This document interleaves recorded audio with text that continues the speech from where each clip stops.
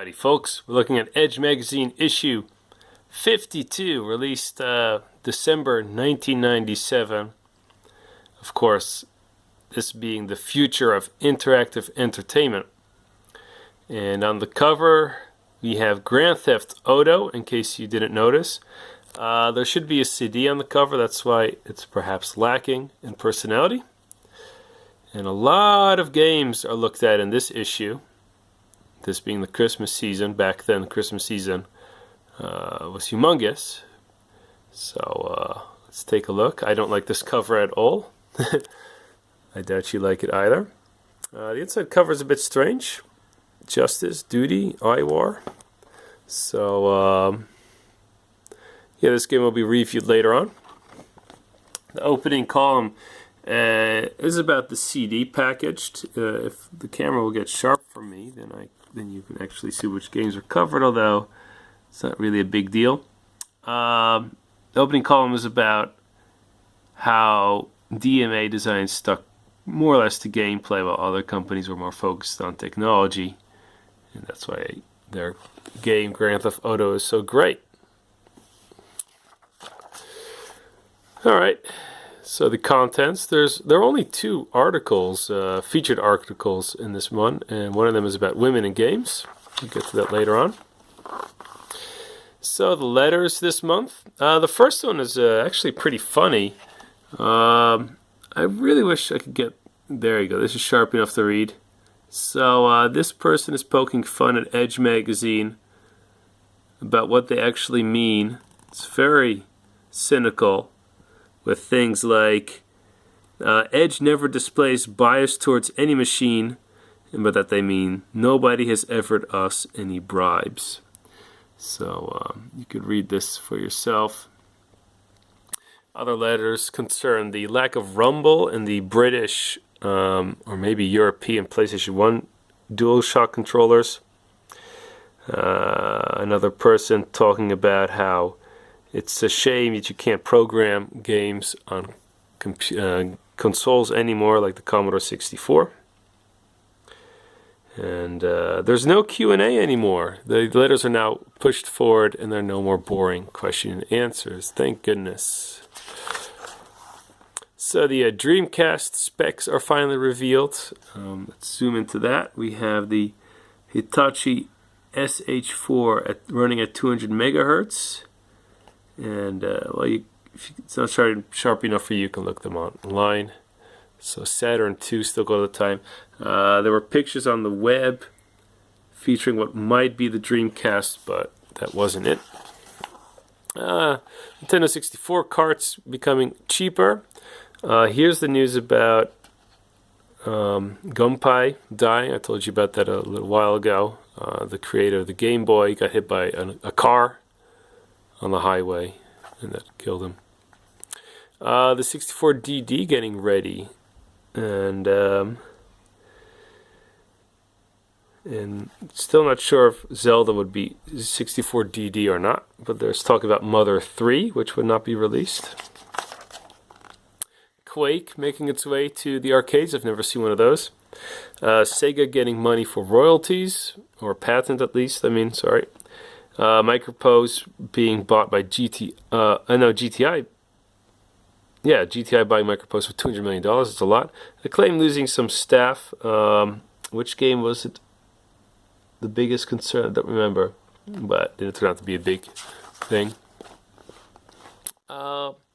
So we have some of the news. Geez, I've read this too long ago. But there's a game called Going Postal, and people don't like that because of all the violence. GTA would also be released soon enough. The winners this month are Nintendo twice for having cheaper cards and doing well with Lylat Wars, and the losers, well, they're yeah, one of them they admit to make it using the wrong title for a certain game. Dark Colony and Dark Reign getting them confused. I probably made the same mistake because I don't know about either of those games. And this month, Edge was playing Resident Evil 2, Toka, Gunbullet, and GoldenEye the most. Sorry, up a little. So Mind Gym, a CD-ROM with all kinds of puzzles to figure out.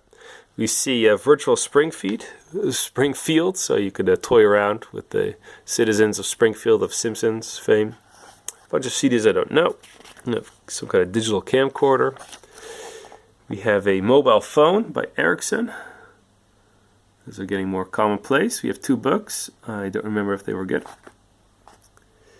More CDs. Okay, so Trilobyte, the people who made The Seventh Guest and 11th Hour, were going to make some kind of like massive multiplayer online shooting game called Extreme Warfare, but that was never released. Wireplay, a company helping with online playing, is described.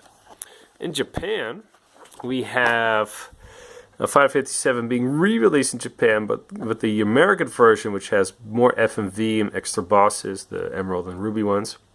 Nintendo has a machine for you to download Super Nintendo games. Apparently it's still a thing in Japan. And Enix is going to have another game contest. I hope we could find out more about that one. Okay, so Ocarina of Time looking more like the game we've all grown up with. This is not Gran Turismo, but Konami's Racing Jam. We see our Gex 3D, pretty boring game.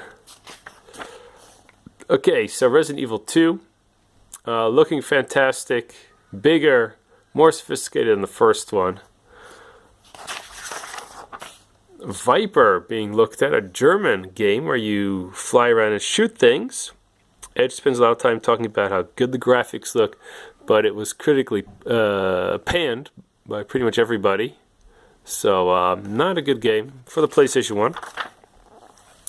Battlezone was critically acclaimed.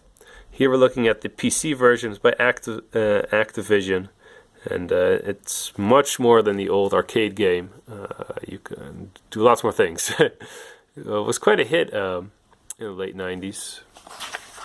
We see here Age of Empires, which was not reviewed by Edge magazine, unfortunately. But that was a huge hit. Sega Touring Cars, not a big thing, based on the arcade game, I believe, for the Saturn. Well, we had enough games like that. Overblood 2. So the first one was a hit in Japan, kind of like Resident Evil. This is part 2, but didn't get very good reviews.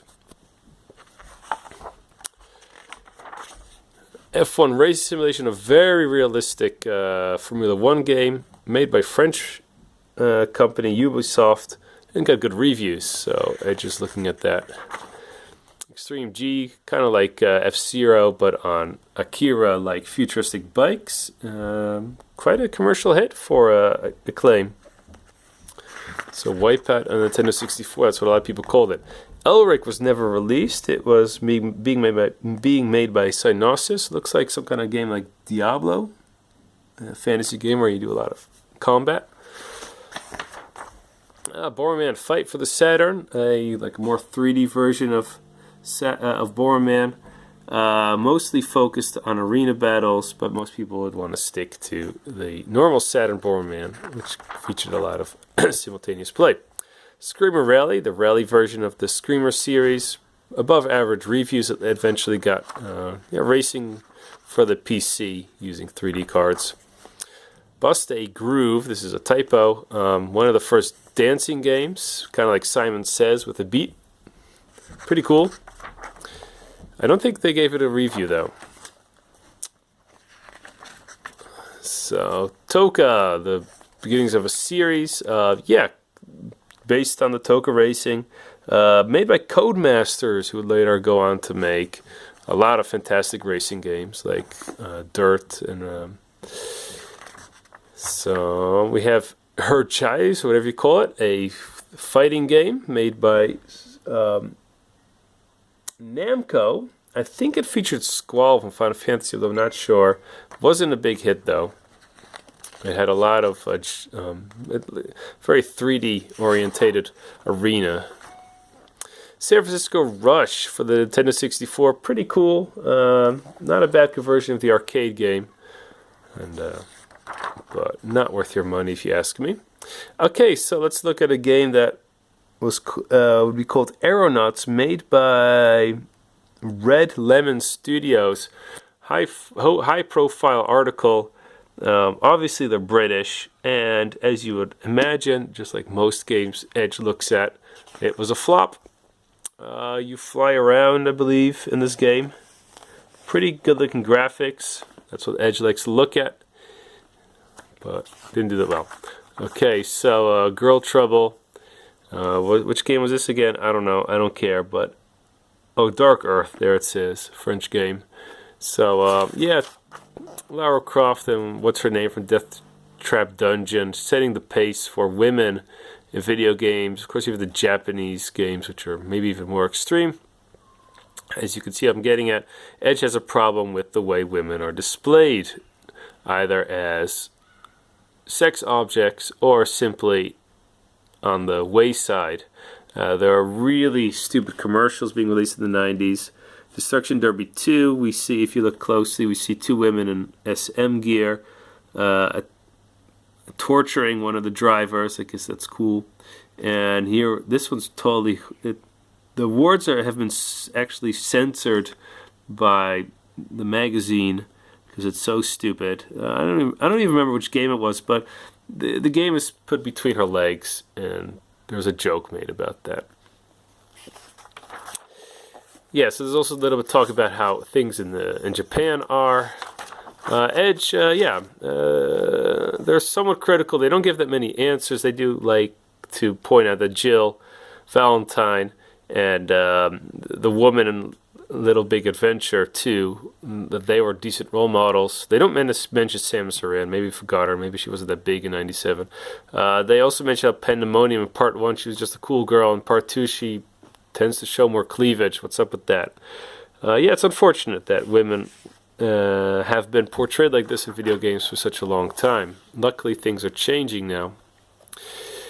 Grand Theft Auto, a 3-page review, gets a 9. And yeah, started maybe the greatest, best-selling, I don't know, one of the best-selling series of all time. We all know Grand Theft Auto. This is still the top-down version, but the usual thing. You go on missions, mayhem ensues. Pretty good story.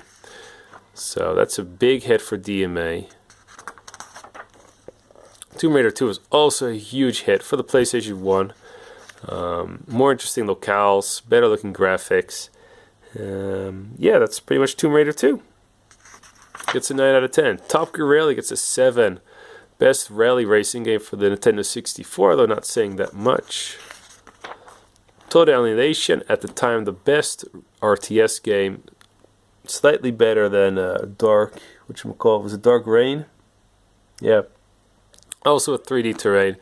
I don't know exactly why this was much better, but everybody pretty much agreed upon that, and it got a 9 out of 10. And at the time, it competed with StarCraft 1 for attention. iWar is kind of like Elite, but you use a huge ship, so a lot of different compartments to customize. Looks good, gets an 8 out of 10. Baku Borman 64 for the Nintendo 64 gets a 5 out of 10. Not a very fun multiplayer mode, and a rather bland single-player adventure. Overboard, also known as Shipwrecked, gets a 7 out of 10. It's a cutesy way of sailing pirate ships. As you can see, there's a Loch Ness monster. I think it's competitive. Did I say it had a 7? Colony Wars. So this is another Elite-like game, but more mission-based. Gets a 6 out of 10. Beautiful FMV according to Edge, but rather lackluster missions. Total Drive, Edge really likes, gives it an 8 out of 10. Lots of different vehicles to drive. This is for the PlayStation. It's published by Ocean, so maybe some British pride. Most people didn't like it as much as Edge. Fighting Force is also British. Gets a 6 out of 10 though. This game got pretty bad reviews. It's a beat 'em up like Double Dragon, using the PlayStation 1 engine and 3D models, and it got very monotonous quickly. Subculture, another game like Elite, this time underwater. It's pretty slow, so Edge gives it a 7 out of 10. Lots of reviews. Okay, F22 Advanced Dominance Fighter. This would actually get a slightly different name. It doesn't matter. Gets a 9 out of 10. Edge says it's the best sim you can get for flying at the time. And interestingly, both these planes hadn't been released at the time yet, so it's anybody's guess if they moved realistically. Yeah, so Edge preferred this one. Joint Strike Fighter didn't do that well. Gets a 6 out of 10. I guess not as good controls. Or maybe it's the political debacle around the JSF. Enemy Zero. The second half of this game is really bad. I read in this review, and other people said the same thing online. Gets a 6 out of 10. It's a hybrid between a horror game and a shooting game. This is for the Saturn, so another lackluster game for the Saturn. Jedi Knight, Dark Forces 2. This uses polygons. Gets an 8 out of 10. You get to play around as a Jedi, so that's cool. Quite a hit at the time.